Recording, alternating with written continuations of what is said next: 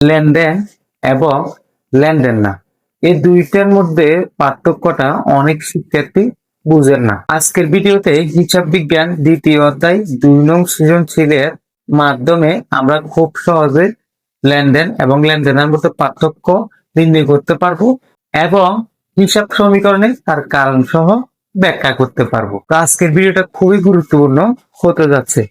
তোমরা ইতিমধ্যে পিছনে আমার বোর্ডে দেখতে পাচ্ছ, এটা হচ্ছে একটা জাবেদা বা উদ্দীপক। তো এটা হচ্ছে হিসাব বিজ্ঞান দ্বিতীয় অধ্যায়, তোমরা পাঠ্য বইয়ে দেখো 24 পৃষ্ঠার দ্বিতীয় অধ্যায় 2 নং সৃজনশীলের উদ্দীপকটা লিখেছি।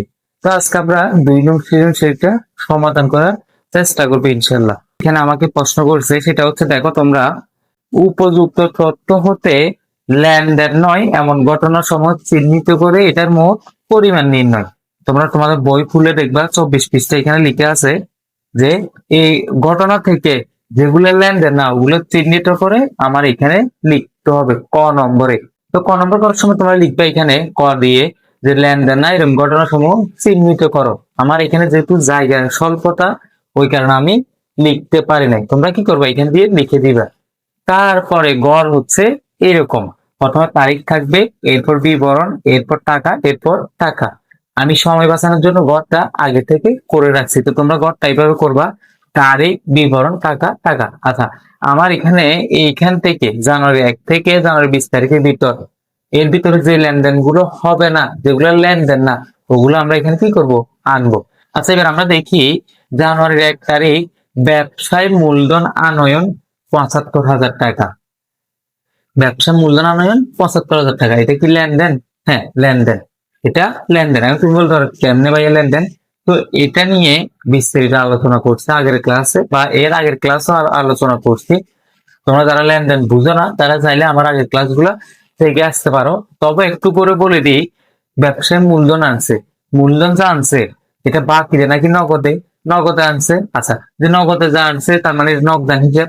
এবং এটা দেখো ব্যবসায়ের আর্থিক অবস্থার পরিবর্তন হচ্ছে, অর্থের অঙ্কে পরিমাপযোগ্য এবং ব্যবসায়ের আর্থিক অবস্থার পরিবর্তন ঘটে, এরকম সব ঘটনাগুলো কি লেনদেন। তোমরা আমার ক্লাসগুলো দেখিয়েছো, তাহলে খুব সহজেই বুঝতে পারবা। আচ্ছা, তাহলে এটা আমরা লেনদেন পাইছি, তাহলে এটা আমাদের এখানে আসবে না।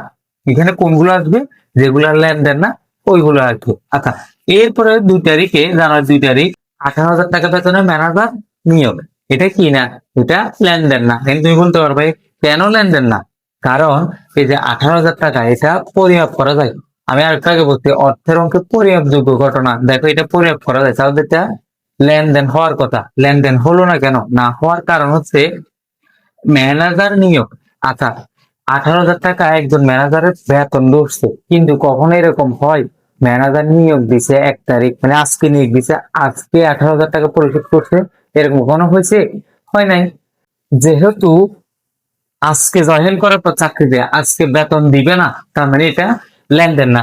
যেদিন 1 মাস পূরণ হবে, যেদিন আমাকে টাকা দিবে 18,000 টাকা, ওদিন আমার জন্য এটা কি হবে? লেনদেন হবে। এটা জাস্ট নিয়োগ না করছে, আমি তো এখনো টাকা দিই নাই, যেদিন টাকার আদান প্রদান হবে ওটা কি হবে? লেনদেনে যাবে। আমার আগের ক্লাসে বিস্তারিত আছে, তোমরা দেখে আসিও। আচ্ছা, তাহলে 18,000 টাকা বেতনে একজন ম্যানেজার নিয়োগ, এটা কি না? লেনদেন না। তাহলে এটা আমরা এখানে লিখবো তারিখ প্রথমে, তাহলে আমরা এখানে লিখবো জানুয়ারি কয় তারিখ? জানুয়ারিটা 2 তারিখ। আচ্ছা, জানুয়ারি 2, দুইটা আমি এদিকে দিই, জানুয়ারি 2। আর বিবরণ হচ্ছে কি? ম্যানেজার নিয়োগ, ম্যানেজার নিয়োগ। আচ্ছা, কত টাকা দেখো তো ম্যানেজার নিয়োগ? ম্যানেজার নিয়োগ হচ্ছে কত টাকা? 18,000 টাকা। তাহলে আমরা এখানে 18,000 টাকা দিব। শেষ, আমরা একটা পেয়েছি। আচ্ছা, এরপর খুঁজে দেখি আর পাই কিনা যেগুলো লেনদেন না এরকম। 7 তারিখে ডাহারে পণ্য বিক্রয় 50,000 টাকা। ডাহারে পণ্য বিক্রি করলে 10,000 আর ডাহারে পণ্য ক্রয় করলে 5,000, তার মানে এটা লেনদেন। এরপরে নগদে মণিহারি কয় 2,200 টাকা। মণিহারি, মণিহারি যে খাতা, কলম, পেন্সিল, তারপরে যে এগুলা আর কি, এগুলা কি মণিহারি বলে। তো এগুলা নগদে ক্রয় করছে, এটা আমার পেয়ে গেছে, এটা কি লেনদেন। আচ্ছা, এরপরে মালিক দেখো ব্যক্তিগত তহবিল থেকে ছেলের স্কুল বেতন প্রদান 2,000 টাকা। এটা হচ্ছে 12 তারিখ জানুয়ারি, ছেলের স্কুল বেতন প্রদান ব্যক্তিগত তহবিল থেকে। একটা জিনিস মাথায় রাখবা, মালিক যদি ব্যক্তিগত তহবিল থেকে কিছু করে এটা লেনদেন না।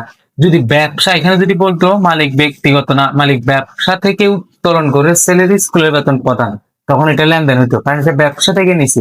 যেহেতু এটা ব্যবসা থেকে নেয় নাই, তাহলে এই যে মালিক ব্যক্তিগত বলছে, মানে নিজের টাকা থেকে, নিজের মানি ব্যাগ থেকে নিজে পরিশোধ করছে, তাহলে এটা ব্যবসার সাথে কোনো কি জড়িত না, এটা নিজের খরচ নিজে করছে, তাহলে এটা কি না, লেনদেন না। তার মানে এটা আমার এখানে আসবে। তাহলে আমরা তারিখ দিই জানুয়ারি, এরপর কত 12, কি বলছে, ব্যক্তিগত তহবিল থেকে ছেলের স্কুল বেতন প্রদান, তাহলে আমরা দিই ছেলের স্কুল বেতন প্রদান। স্কুল বেতন কি, স্কুল বেতন প্রদান কত টাকা দেয়, কত, ছেলের স্কুল বেতন প্রদান হচ্ছে কত টাকা, 2000 টাকা, কত 2। আচ্ছা, তাহলে ছেলের স্কুল বেতন প্রদান 2000 টাকা, এই 2000। এরপর কি বলছে দেখো, জানুয়ারি 20 তারিখ সুমন টেরার শ্রেণী হতে 30,000 টাকা পাওয়া গেল, পাওয়া গেছে। টাকা পায়, এক না হলে পাওনাদার, না হলে দেনাদার থেকে, মানে হয়তো তুমি পাবা না হলে তুমি দিবে, এরকম, তাইলে এটা লেনদেন, এটা এখানে আসবে না। তাহলে আমাদের লেনদেন না, এখান থেকে ঘটনা পাইছি দুইটা, একটা হচ্ছে 2 তারিখ, আর একটা হচ্ছে 12 তারিখ। তাহলে 18 আর 2 যদি আমি যোগ করি, তাহলে আমরা পাচ্ছি 20,000 টাকা।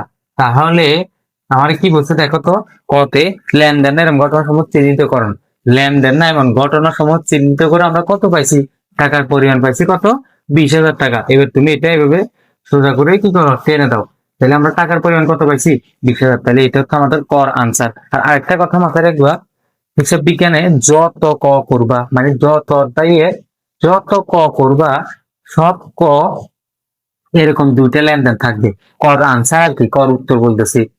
তুমি যদি উদ্দীপক থেকে দুইটা উত্তর, মানে দুইটা জাবেদা বা দুইটা লেনদেন বা লেনদেন খুঁজে বাইর করতে পারো, তাহলে মনে করবে এই দুইটা আনসার আর হবে না। তুমি দেখেও মিলে, তুমি তোমার গাইডের যত ক আছে সব কথা দেখো, এরকম দুইটা জাবেদা পাবা, এর বেশি কিনা পাবা না, বা দুইটা লেনদেন না বা লেনদেন পাবা, এর বেশি আর পাবা না।